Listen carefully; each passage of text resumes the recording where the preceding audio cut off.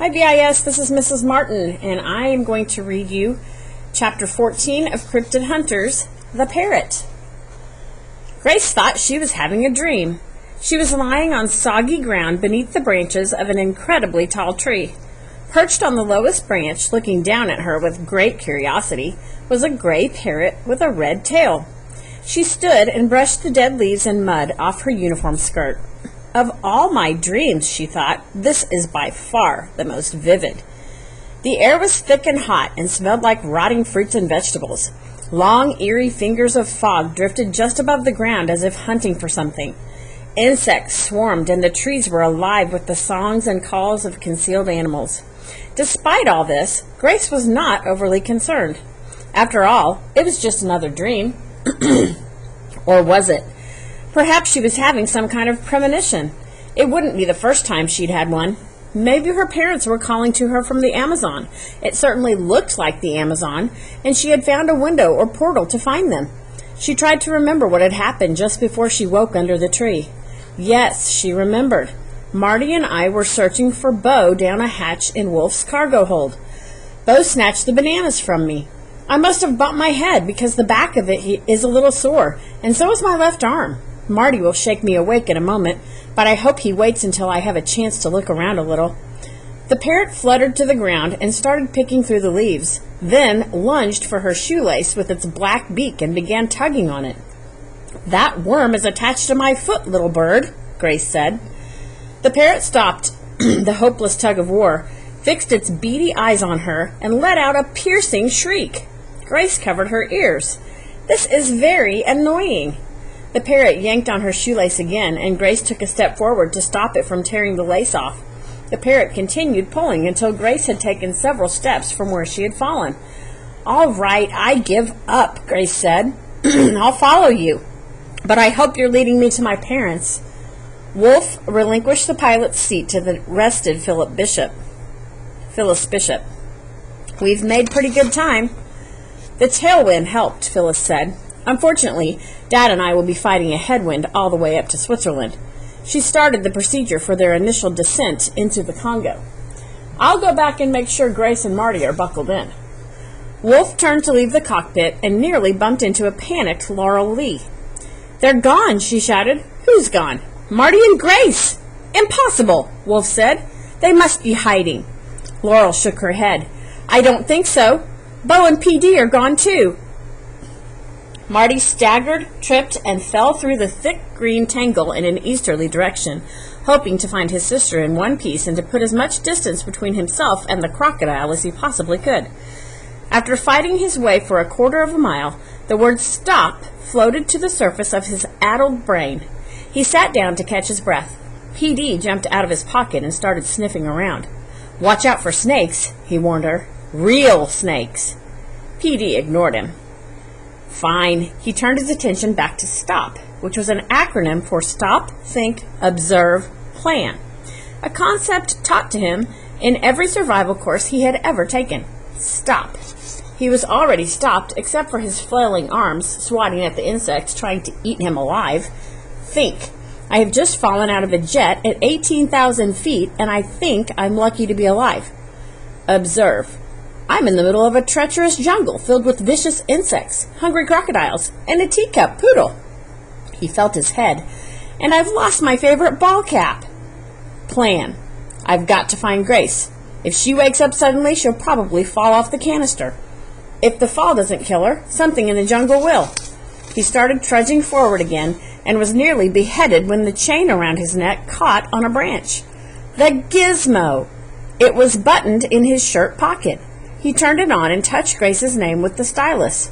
The blue square was moving. She was either riding the canister, walking, or a large carnivore was dragging her to its dank, smelly lair. He touched the Show All button. A world map appeared, peppered with dozens of colored squares, most of which Marty didn't recognize. Wolf seemed to have people, or at least tracking tags, all over the world, and he was happy to see that a number of them were flashing in Brazil. Presumably people searching for his parents. Below the map was a zoom button. He touched it. Please select geographic location. He chose the Congo. then zoomed in on his gray square. In his immediate vicinity were Grace's blue square, Bo's purple square, PD's pink square, and a stationary yellow square the same shade as the parachute, which he guessed was the canister. Grace was now moving away from him and the canister.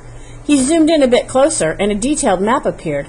He estimated that he was no more than 2 miles away from her, but in between them were swamps, streams, acres of quicksand, no doubt, and nothing that remotely resembled a road or trail. He wished he had a machete, or better yet, a chainsaw. He also wished his sister would stay put until he reached her. Where was she going? Grace didn't know where she was going, but the parrot was obviously leading her someplace. It had given up on her shoelace and was flying from branch to branch, waiting for her to catch up, screeching loudly when she dawdled. She had stepped over 2 very large snakes, fear number 12, without the slightest trepidation.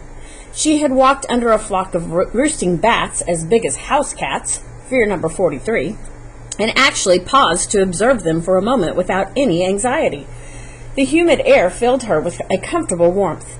Moving along the soft, mist-covered ground was like walking on clouds. She wondered if this was how Marty felt all the time. 2 hours later, Marty drew to within shouting distance of his wandering sister. As he stopped to check the map on the Gizmo, it beeped, and the map was replaced by his uncle's anxious face. "Marty!" "I didn't do it," Marty said. Wolf was too overcome with emotion to respond to Marty's denial. He broke down sobbing, and he was not the only one. They were off-screen, but it sounded like Laurel, Phyllis, and even tough old Phil were shedding a few tears. It went on for over a minute. Then Wolf wiped his eyes and got down to business. "What happened? How did you and Grace get separated? Is she all right?"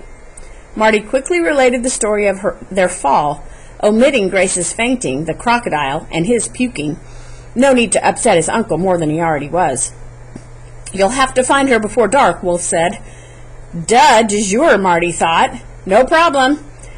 How soon will you be here to pick us up?" Wolf frowned. "I'm afraid it's not as simple as that." "What do you mean?" Wolf explained.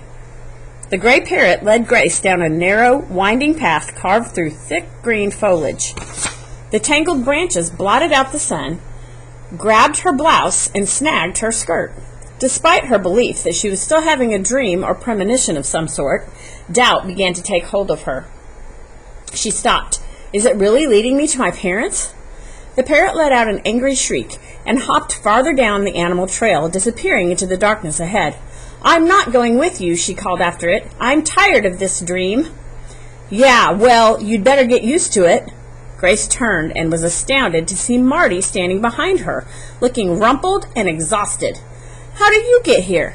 "I fell out of the jet with you and Bo, and—" He pulled an exhausted poodle out of his pocket. Grace's mouth dropped open.